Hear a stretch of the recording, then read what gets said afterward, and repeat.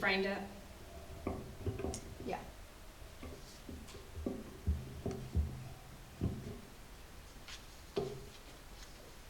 Just let me know when. Okay.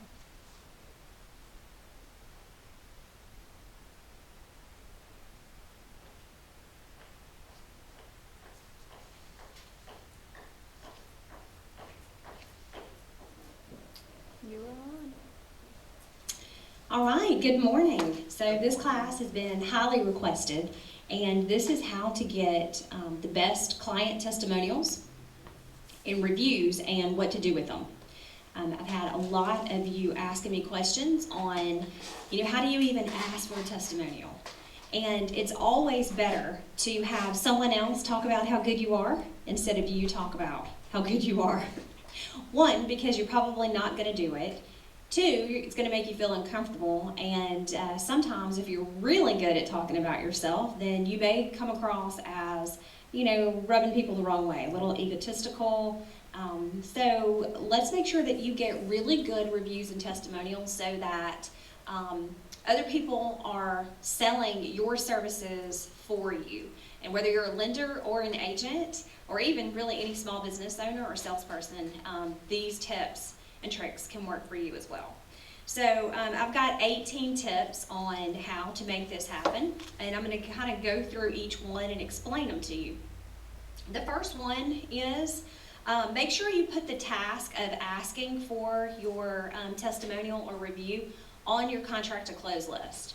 Make it part of your system that is something that you're going to get every time that you have a new client, so that you don't forget. A lot of times people get caught up in the process and helping people either get their mortgage or helping people find the right house or sell somebody's house that they completely close and they forget about the whole thing. And then you feel really uncomfortable about going backwards and asking people, because then you start thinking in your head, gosh, did I forget anything along the way? Did I mess up? I mean, everybody messes up almost in every single process with every client. That doesn't mean that they're not going to give you a glowing review. So people love you and they're going to want to share everything with you. So a lot of times though, people don't know what to write or what to say, so they get caught up on that and they want to support you, but they don't know where to start. So let's make it easy on them, right? So you want to prepare the client up front. Whenever you have that initial consultation, you want to say, whether it's a listing appointment, a buyer appointment, or lenders for you, that first application process. You want to say, now, I strive on getting 5-star reviews from all of my clients, and I'm going to be asking you every step of the way, where am I on the scale, so that at the end you'll be able to rate me a 5-star, just like everyone else has. That's a great way to start seeding your clients and to start telling them to be thinking about the process and how they feel about it, so that they'll know what to say at the end. One of the things that I used to absolutely love to do in my business is, after I sat down with that client, especially in a buyer agency appointment, and I educated them step by step by step on the whole process and told them up front like how I was going to help them save money and what things to look for and the issues that we were having in the market, all about the ins and outs, really telling them what to expect. I actually would get a testimonial from that appointment. How do you feel about the time we spent together today? What did you get out of today? And then I would have my testimonial authorization. I would flip it over and say, would you mind jotting that down for me? And that way they're already endorsing me on the first appointment. Got some extra there. They're endorsing me on the first appointment. And when somebody does that for you, it's human nature. I'm always saying that we can't change human nature. We can only know what it is and work with it. There's something about people's emotional reaction to you. Whenever you do mess up, they're going to protect you because they already endorsed you. They can't see it in their mind that somebody that they love and endorsed and signed off on and wrote a testimonial on up front could mess up. Because that would be a reflection on them. So if you can do this right up front, you're actually going to create a much better experience for your client without doing anything extra. It's all just in perception. And let me give you another example. Let's think about your political candidate. And not mine, yours. And every single one of them have issues that come up. And if you have endorsed them in your own head, and you've put on Facebook that you've endorsed them, and you've told your friends that you've endorsed them, and maybe you're a part of their club, it doesn't matter how bad they screw up, what kind of idiot things they say in the media or social media, you're going to defend them. It's human nature. That's what you do. It doesn't matter. They could go rob a bank, and you'd be like, well, maybe they needed the money for the campaign. That's exactly what happens whenever you have somebody endorse you right up front. You could, forget to lock a rate. And well, it doesn't matter. I know you meant well. You could forget to schedule a walkthrough, and it doesn't matter because somebody's already endorsed you. Good morning, Bonnie. Here's a worksheet for you. Thank you, ma'am. We are on number 2. Okay. So, and I'll be sending you the worksheet in just a little bit so that you can also have these points and save in your documents and refer back to them anytime that you need to. But going back to that political campaign and how we feel about our political candidates, we want that same reaction in your business. For instance, you may hear people say, I tried to call, your realtor referral, and they never called me back, and they were rude. And you'll hear somebody else, if it was referred, well, they're probably really busy, and they'll defend you.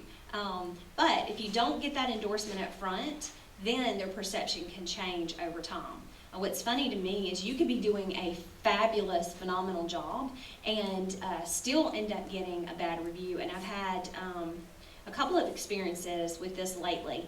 And the reason I'm sharing it with you is I want you to know what consumers are thinking. I want you to know how you can combat that in your own business. For instance, one lady I met, she said, this was her exact quote. She said, my real estate agent is really not doing a good job at all.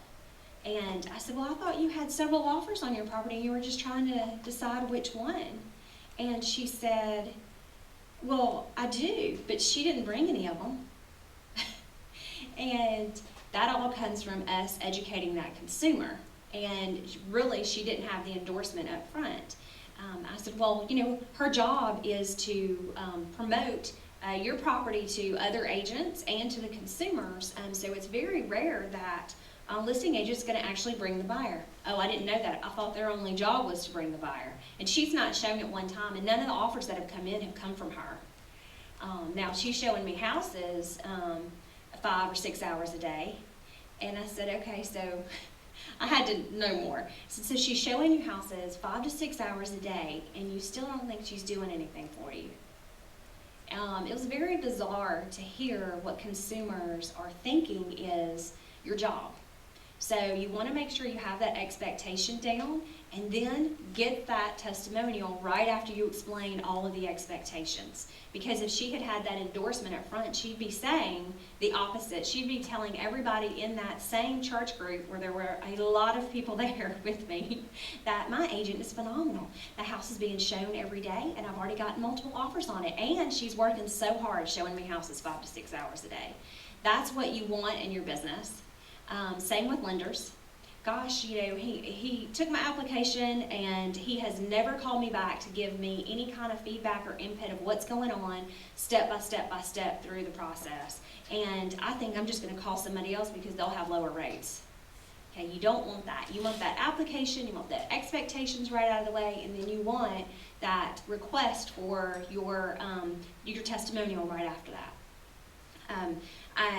And you never want to wait until closing to ask for your testimonial, because anything can happen that is beyond your control. You know this. Appraisals can come in low. That has nothing to do with you.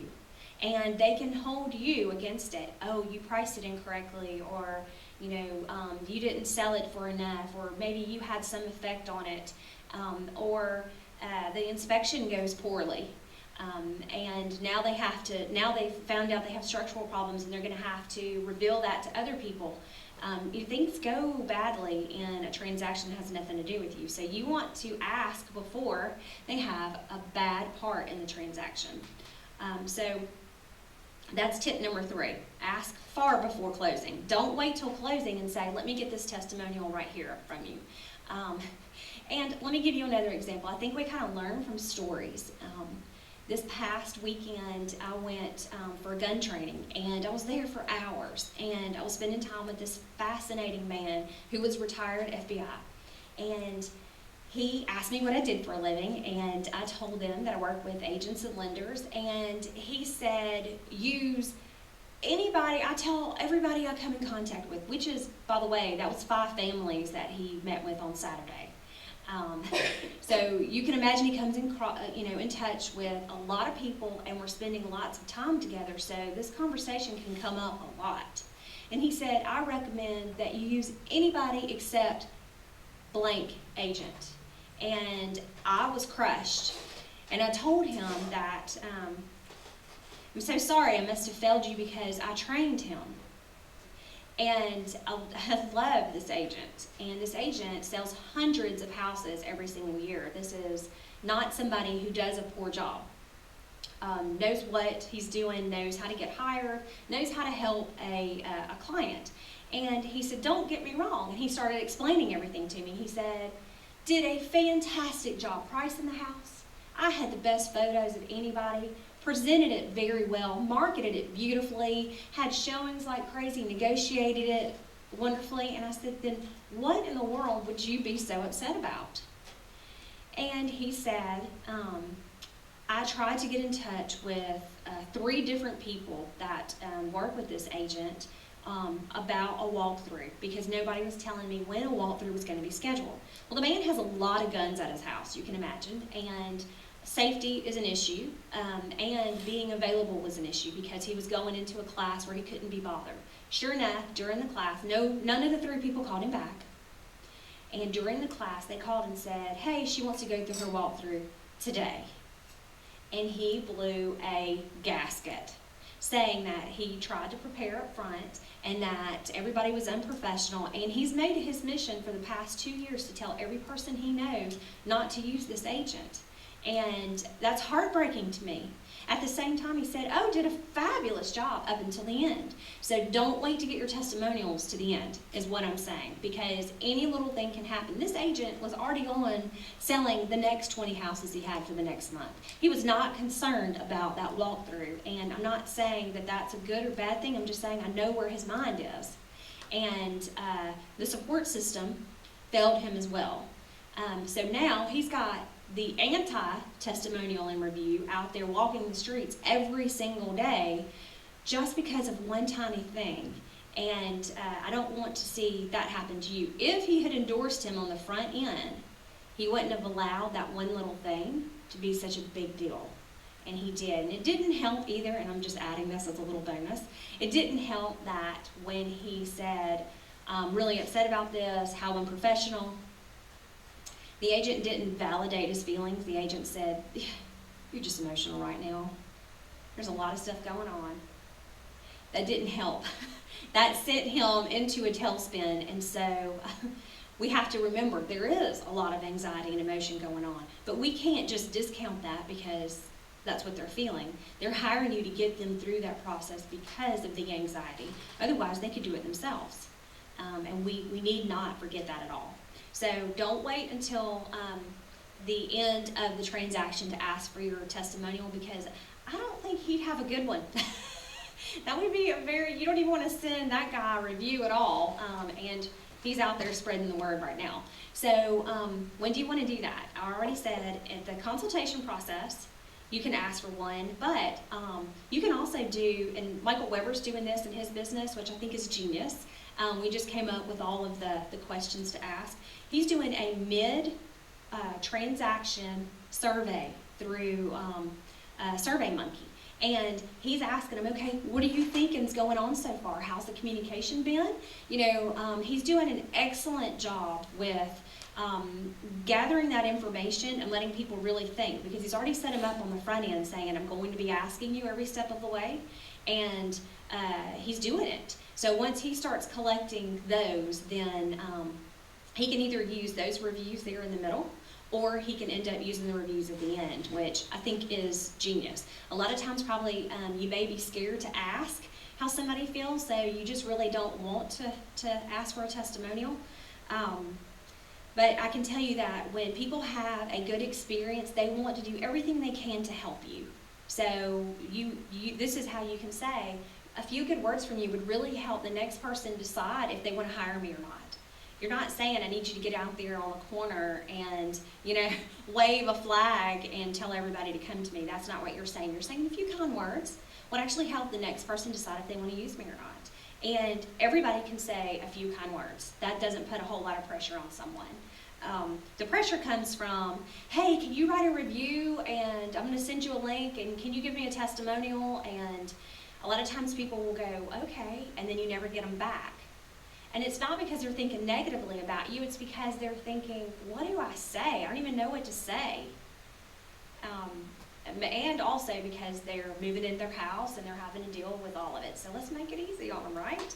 And I'll tell you how to do that. I always got people to sign an authorization up front, and on that authorization, I have a copy of it right here. I'm going to send in your attachment. Here it is. So pretty. And I fill in the blanks for the people and write the testimonial for them. And I know that may sound ridiculous, but I just only use the facts. And the facts, not anything that is fluffy about the experience. I only use the facts that, you know, Genny and her team saved me blank amount of money, and showed me, you know, 15 houses and was able to find me the one that I absolutely loved. Okay, and then I would say, does that sound, you know, reasonable about what happened in our experience? And people would look at it and go, oh yeah, well, I didn't realize you saved us that much. Because I would have the breakdown there and let them know, like, based on closing costs that I had negotiated and other concessions that the seller provided, and this is with the buyer, of course. Does this sound about right to you? And then if somebody goes, everybody said this, everybody would go, oh yeah, and you helped us, da-da-da-da-da-da-da-da, right? They would like roll off the rest of it. So I would say, oh, would you mind jotting the rest of that down? And anything else you can think of, and I have lines here, that you can think of about character, experience, you know, anything about the process itself if you want to write that in. And people would give you really good stuff. We don't need the 3-page letters of how patient, you know, you were from step to step to step. It's so funny, one of our clients the other day, I said, well, could you get a testimonial and a photo of her? And she sent over this like 2-page letter of how amazing this agent is. And she is amazing, she is. But all of it was like such fluff that nobody else could probably have related to it. And it was glowing, but it wasn't meaty. And you want meaty testimonials because people scan, right? They're not going to read 2 or 3 pages. They're going to scan and say, oh, saved money, negotiated, found a good one, easy to work with, always call me back, right? Those are the things that people are kind of looking for. So those are the things that you want to prompt your clients to write about you. When people scan, those things will come out. On a seller, what you really want, you can fill that in and say, we had multiple offers within 7 daes and finalized that contract in 8, right? Which is way quicker than blah, blah, blah, the neighborhood. And it was 99% of asking price. Or we had multiple offers and bid it up over asking price. I definitely got more, right? They would add that part. I definitely got more when I used Bonnie Johnson. And they sign it, and that's a beautiful, sweet little testimonial and review that you can put everywhere. So don't be afraid to start them off with it. Some of our agents even text, hey, is this okay to say? And then when the client sends back, yeah, that's fine, okay? That actually has permission there. Print it off, send it to your printer so you have that. You don't want anybody to ever be upset and say they didn't give you permission to tag them on Facebook, because sometimes people are private. So, or to put it anywhere, because you want the testimonials everywhere that you can have them. And I'm going to tell you how to do that. All right, so always take a photo with them or a photo of them, or ask them to provide you a family portrait that they're happy with, because you're making them the star of the process. And it really takes the highlight off of you, but it shows what a wonderful job you do. And people love to see faces. So it's just human nature. And again, we're working with it. We're not going to try to work against it. So you want to get faces. And if you can get video, video really works the best. Because even if they don't watch the video, they'll see the stills of the faces. And then we can put the copy around the video, a few words that they said during it. So it works both ways. It'll work like a photo in someone's head, or be able to emotionally connect with them through a video. So if you can do that with your iPad or your phone, maybe a walkthrough process, or the day they finalize that contract, they are going to be loving you. Then it goes downhill after that, usually. Okay, so I've already talked about how you can prompt them using the facts, and then of course ask them if you can upload on Facebook and tag them. Some people do not want you to tag them. Has nothing to do with you if they say no, but please ask them. You will feel so embarrassed, and it will stop you from asking the next person for a testimonial if you simply tag somebody and they have to call you later to say, hey, could you please remove that tag? We really didn't want our relatives to know, because I have, 12 cousins that are real estate agents, or I have, 8 lenders in the family, and we chose you because you're not in the family.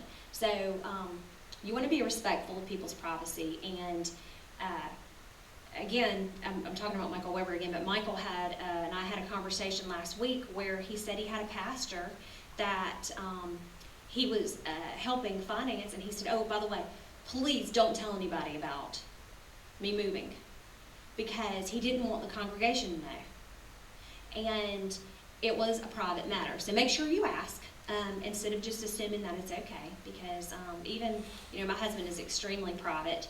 He wouldn't want his face out on a lot of things. I have to get the approval if I put anything about him on Facebook. Okay, so what you also want is to tell yourself that my goal is a 5-star rating every single client, because that's going to motivate you to provide a 5-star service every single time. And whether it's testimonial or review, or it has nothing to do with stars, this is what you want to tell yourself. That's my goal. You don't need to share that with the client. You just want to say, that's my goal for 5 stars, so that you can shoot for really good response back every single time. And it'll help you provide that really good experience for your clients. You can send an iJot video requesting a testimonial, and this is a system that you can already have that, hey, it's already saved, it's in your iJot. When iJot is free, it's EYEJOT.com, and you can go into that service, do one recording, and you can send it every single time, and it can be on your checklist. Don't forget to send the request for the testimonial video, and that way you've got the same one over and over, and you don't have to think of something new, and you don't have to waste your time thinking of anything new and filming another video. So you can these are a couple of tools that you can use if you want to be modern and in the future world. You can get yourself a Yelp account for your business, and it's free. And you go to biz.yelp,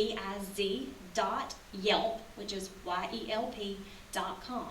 And a lot of people search on Yelp for reviews before they make decisions. And especially if you go to other cities, like if I've been traveling with some of my friends, he always uses Yelp for every restaurant we go to, for every car rental place. We usually have our hotels before we go, but I mean, if we go anywhere, he is Yelping it. All over San Diego, he is the king of Yelp, but a lot of people are using it. It's not just him. So you want to be where Any one of your clients can be. And then you can send people back there to do reviews as well. It is difficult because there's so many places that you can do reviews. You've got Zillow, so that you can go to, if you've got a Zillow account, the people who actually get more listings from Zillow are the ones who have the most reviews. We're lucky in Birmingham, we work with the most reviewed agent and the second highest reviewed agent. So we get to see a lot of how they get rewarded for that. Now, it's work. You've got to keep sending that link out and reminding them to do it, reminding them over and over and over. So support will be great for people to give a review. And again, do it before closing, because after closing, they have no incentive to help you with that review. You're going to get some bad reviews sometimes, especially on Zillow. And again, it's probably because it has nothing to do with you. We've had probably out of 85 reviews, one agent got a really bad one. It's okay to have a bad one, and it was something to do with a key in a lockbox that got stuck. And the lady went crazy. Every one of us knows that there are crazies in the world, especially, bless you, especially when it comes to selling real estate. There are people that have a lot of anxiety and they just go cuckoo. So the way that they get even with you is by posting a negative review with a 1 star, maybe. You cannot remove it. No matter what, you cannot remove a negative review. But what you want to do is you want to bury it. You then want to get really excited and contact all your other clients and say, write a review, write a review, write a review, write a review, so that you can put it down in the chain. Some people won't hire you if all you have are top reviews, because then they think it's phony.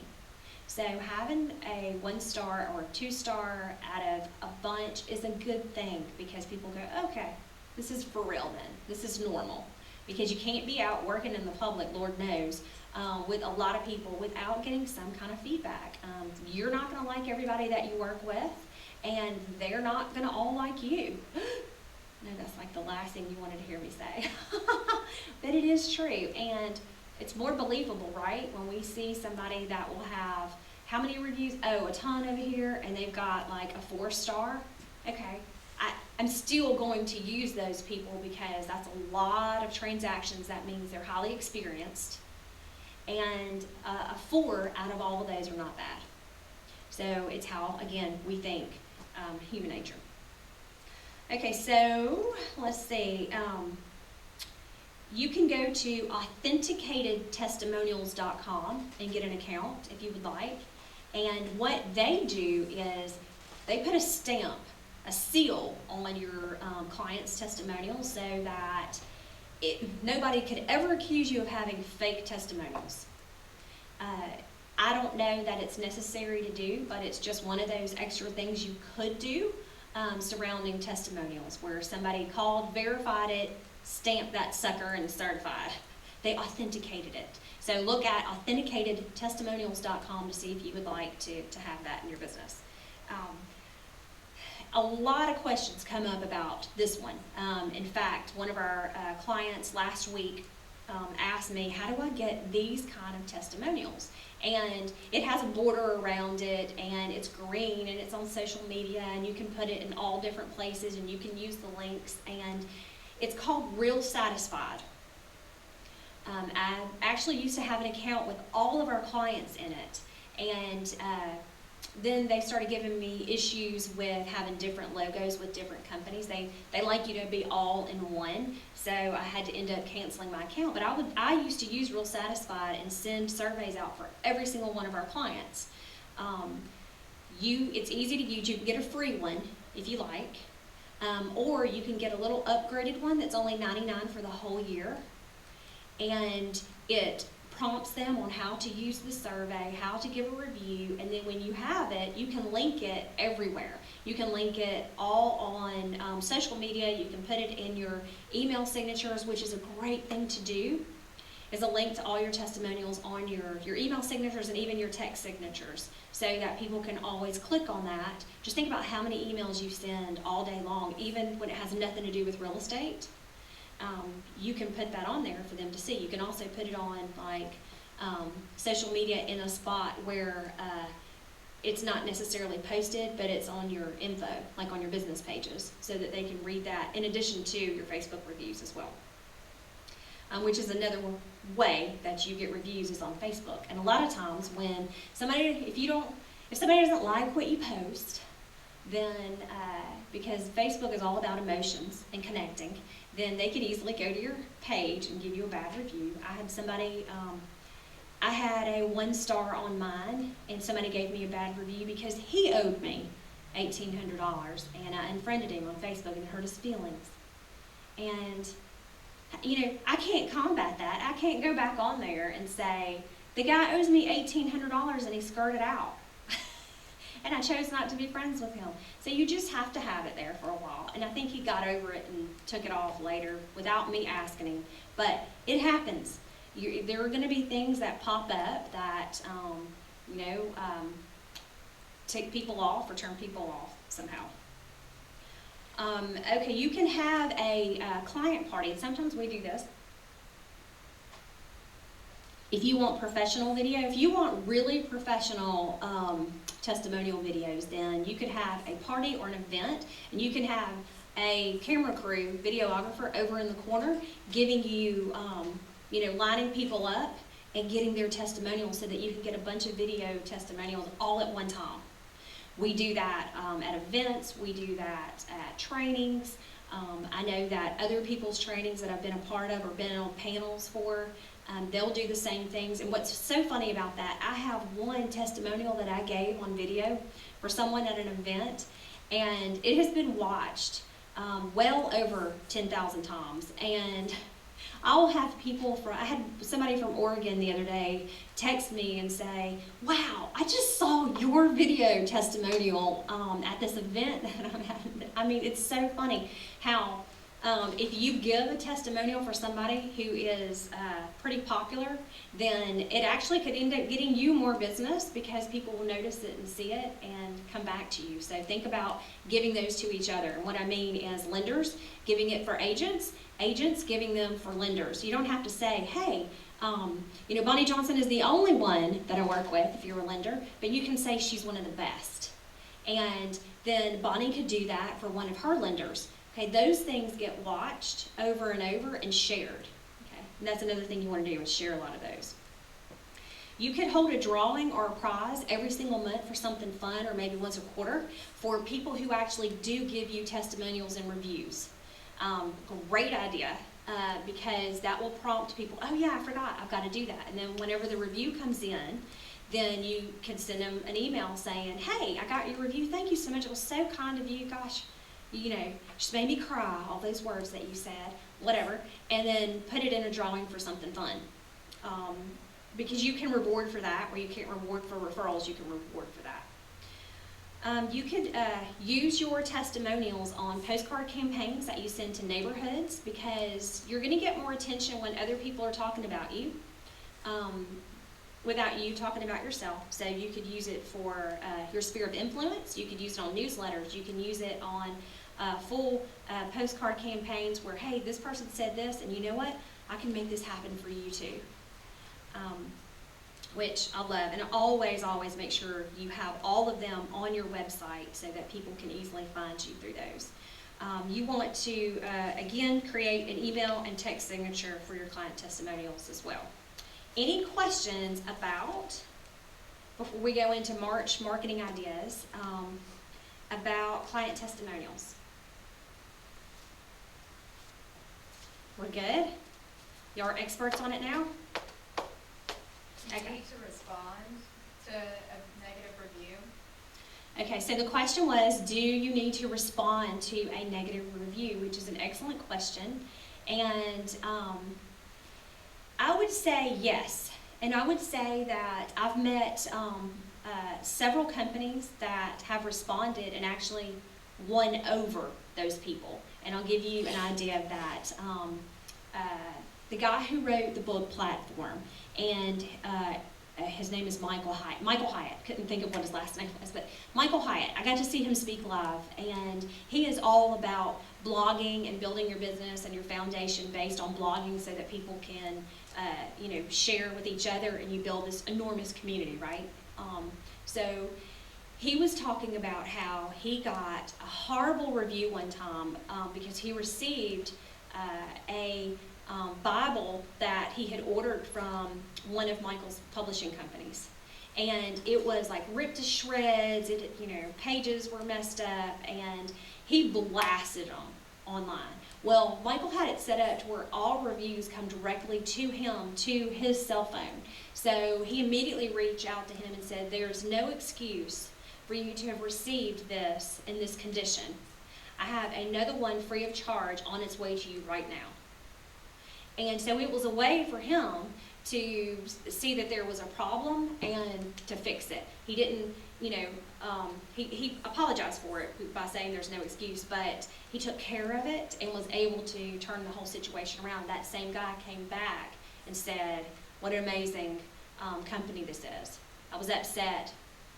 And, here we go. One of the things that my husband does, and this is a tip for you, and Collier and I taught him how to do this, and I kind of regret it because he's like angry man online. He has a Twitter account only for the purposes of complaining. So if you ever see my husband on Twitter, just pretend that he's not my husband. He has learned, and it works, that, and it works for you too if you're doing short sales, or maybe if you're a lender and you need to get in touch with an underwriter who's not returning your calls or paying attention, then you go follow them. And I'll give you an example outside of our industry. Home Depot provided the absolute worst service one day, and that's not unusual. And it was something that really ticked my husband off. He couldn't find something, or employee couldn't find something, and they just walked off and left him. So he followed Home Depot, and then he tweeted out to Home Depot what terrible, horrible service the one on 280, like, name the address had. I mean, within minutes, he had a direct inbox message from Home Depot saying, please come by the store right now so I can make it right. And that gives you a chance when you have a negative review to make things right. And he was impressed by being able to meet with the store manager and all that, but he took off the negative information. But he does it, if it's a bad meal, oh Lord, it goes on Twitter. If it is any kind of bad situation, he's out there blasting them. And, we've gotten Bank of America to respond that way during short sales when they don't respond back, saying, please, someone help us out. They will respond that way. So people are paying attention to what's going on with reviews and trying to make them right. You can't always make them right, and sometimes you never hear from anything. I personally say, if you take the high road and not say, hey, listen, crazy lady, because that one that had the one review because of the key in the lockbox and something about the lockbox not being taken off and worst agent in town and blah, blah, blah, that kind of stuff. Very kindly, I'm so sorry you didn't have a good experience with us. It's probably one of the best things that you can do instead of, listen, nutcase, we came by 3 times to take it off. And we have seen both. We've seen agents say really horrible things in response to some negative reviews, but take the high road. Take the high road because it's a normal thing. Plus, I can tell you this, that when you are very successful and you're very public and visual, you're going to have a target on your back. You're going to have people want to say things that are negative, especially if they feel like you have a local celebrity status. And that's just part of putting yourself out there, but you get far, far more good than you do the negative. And the negative will hurt, but you can get over it because you'll have 5 more positive things that come in right after that. And that's what you want to encourage. All right, let's go on to talk about all the ideas for marketing for March. February was fun, and I really wish that I had seen more agents use some Love stuff, not the store, but some, sorry. I'll give you all a second. But I'm talking about the love stuff on their riders, and I wanted big bows on signs like people will embrace and do at Christmas, but maybe next Valentine's Day that we can do that. So we are on to March ideas and planning for March, and Seth has got some excellent templates that will be done sometime today. We'll email them out to you. We've got some fun stuff that is going to be going on that you can use. I'm going to turn this off. I love live streaming. Thank y'all for making it possible. And tomorrow we get brand new internet, so it's about to be better. All right, so the templates that we had for February is they were fun, and a lot of people used them, and we use Valentine's Day cards, and I just think your clients are going to really appreciate that because it's different and it's fun, and usually you only get a Valentine card from your sweetie if you have one. So a lot of fun. I can't wait to see what the reaction is. We just sent out 1,200 of them yesterday for a client. We have another 1,000 that hopefully should be going out today for a client. So I can't wait to see what the feedback's going to be on that. All right, number 2, because I already talked about number 1. I've got 21 ideas right here for March marketing ideas that you can use as a lender or an agent. Some are going to be more specific for agents, but I'm trying to give you all the good stuff, lenders, trying to. Cover your signs with riders that have, fun spring stuff on them, like flowers or, something that's going to grab attention. Go ahead and have it printed right on the sign rider. You can avoid saying stuff like Mr. and Mrs. Clean live here. That's kind of boring. But you could say fun things about spring cleaning is done, as a rider, and have some kind of fun stuff on that as well, just to really stand out. And I'm really encouraging you to swap out your sign riders a lot. And lenders, if you're not having your own signs out in your agents' yards, you're missing an excellent opportunity that is so cheap to be able to partner with agents and get that advertising out there. Get your name out there, baby. So number 3. You can send a St. Patrick's Day card or postcard to your clients. One of the things that we have noticed, it's fun to send like a greeting card because I think that people are more apt to keep it and open it and kind of spend more time with it because it's personal. But the postcards are way cheaper. So if you're on a budget, then I recommend the postcard. Even though they probably won't keep it as long or share it as much. It may go in the trash a little bit longer, but they will see the message that's from you. But you can do that for St. Patrick's Day. That was the one thing that my dad did almost every year because his name is Green, Charlie Green, and he always sent St. Patrick's Day cards because he knew nobody else was going to do that. And he loved to play on his name, Charlie Green. Mean but extremely, Charlie Green. I'm sorry, mean but extremely good looking Charlie Green. That's what he told everybody. All right, so you can do a newsletter, of course, for March. Elena is getting all of our newsletter clients their drafts this week. She's been working on that and getting the articles put together. So some of those should be going out and ordering next week. You can do a spring forward postcard for the time because that happens in March, and I'll have to tell you that tons of people do that. It's fine to do that, but they're probably more likely going to get 3 or 4 of those, and I want you to stand out and be beautiful. Be original out on your own. So kind of something that I thought about that could combat that, and you could still play on it but be a little bit different, is you could actually leave a voice blast saying, hey, don't forget spring forward. And that's really inexpensive, and it's a personal message, that lets them know that you were thinking about them. Don't forget, change your clock. And you could say something, either ask them for referrals or not, doesn't matter, but that way you could contact all your sphere of influence in one phone call. You could do a Facebook ad saying now it's time to get serious because we're in selling season. You could do a last-minute spring break ideas postcard or email. You could put that on your MailChimp and send that out to everyone like, hey, I've been to these places during spring break. Or from what I understand, I polled my friends, and these are the best places to go during spring break. Or these are all within driving distance to wherever your market is during spring break. Just something fun like that. You could do an Easter card, because we've had a lot of stuff going on in March, y'all. You could even host an Easter egg hunt. Kate did that one year, and I feel like it was so successful because she had the invites, the event itself, the photos of the event that she could send back out, the postcards that went back out highlighting it, and just think about all the social media posts that everybody in the neighborhood put about Kate's Easter egg hunt in the neighborhood. So that is a fun thing that you may want to consider, but you better start planning it now.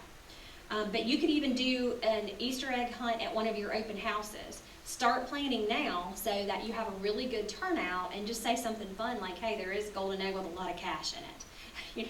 And help get some sponsors. Remember, at open houses, we like you to plan those events so that you can have 50 or more people show up, so that you are building your sphere of influence and also really promoting that house. Your seller's going to love you, and you're going to be happy about it as well. You could do a Facebook contest with some kind of spring break thing like a Yeti cooler, something fun. You could, this was also a February one. I just like it so much because I think it's such a great idea. And we have fake money. We're always ordering fake money from Amazon. So we have it here if you want it. But how much fun is to send like a personal note or a greeting card with cash in it, fake cash in it, and it says, hey, if you wanted some more of this, I can show you how to get it when it's time to sell. I mean, how much fun? What a great way to stand out, and they're going to open it, and they're going to laugh and think of you. You might not get a response right away, but they're going to like it. They're going to laugh at it. Here comes Matt. And, hello. Hey, doing great. Going over March marketing ideas. Okay, so then you could do deliver Easter lilies or daffodils for some of your clients. The ladies will like it. That would be something fun. Or you could even do it, make it easy by they come by your office or come by one designated place so that you can see people. Or maybe you even only had 10 of them. And you could say, I've got 10 of these, first come, first serve. If you come and visit me between this time and this time, that gives you a chance to get face-to-face with somebody who might want one of those. Fun stuff like that won't cost you a bunch by getting everybody one, but everybody will feel like they got one because you reached out and sent them an invite. This is an age-old one. This is a classic that lots of people have done in the past. I don't see it done as much in today's world, but hey, bring a classic back. And that is to mail everyone forget-me-not seeds. And hey, it's Tom, don't forget me when people are talking about real estate or talking about getting a mortgage. Men, I can't see that working as well for you. But if you like the idea, then use it. Let's see. You can pass out or deliver branded sunscreen. You can get the little packages of sunscreen and have your name on it. So now you're hanging out with them on spring break. Maybe you match it up with a koozie. And so, hey, go have fun and, make sure that you're not sunburned. That would be a whole lot of fun. And that they'll keep your information with them at all times. You could do a video wishing everyone a happy St. Patty's Day or Easter. You could make an offer of the month for March and do it in a voice blast or a video. And when I say an offer, it could be like, hey, everyone who hires me this month gets a couples massage at whatever, or they get, a free pass at Lifetime for the month, or they get a free dinner at Fleming's or Seasons 52, right? Something fun whenever you get hired. You could send out, we're almost done, you could send out an Irish poem or a prayer. Lots of people like to send prayers or poems out, and I think that's something that's special and personal if it comes from you. And if you've ever, you could do that for St. Patrick's Day, and then you can even use that on your sphere of influence. You could email it or mail it, either way. I thought this one was a fun idea. You could host a beer tasting for St. Patrick's Day. And there's several places in most every town that will do beer tastings. You could reserve a night for that, and you can usually do it like cheap, cheap, cheap. So that would be fun, I think. And the last tip I have for you is you could send tips on spring cleaning with places that people can donate their stuff. You know, like how to go through and pick out what you don't use anymore. I have a motto this year, and that I usually have a motto every year. But this year is, if I don't love it, then I'm getting rid of it. And I have been getting rid of so much stuff in my closet. It's going. I am purging. So you can give some tips on, you know, how to let go and spring clean your house. I think everybody would appreciate that, whether they were even thinking about moving or not. And then you can encourage referrals at the bottom. So I hope that you have an amazing day. Thanks for joining us today. And I will email out both the client testimonials and the marketing ideas to you, as well as buyer authorization. And as soon as we get finished with those marketing templates, I'll send those to you. Thanks so much for watching.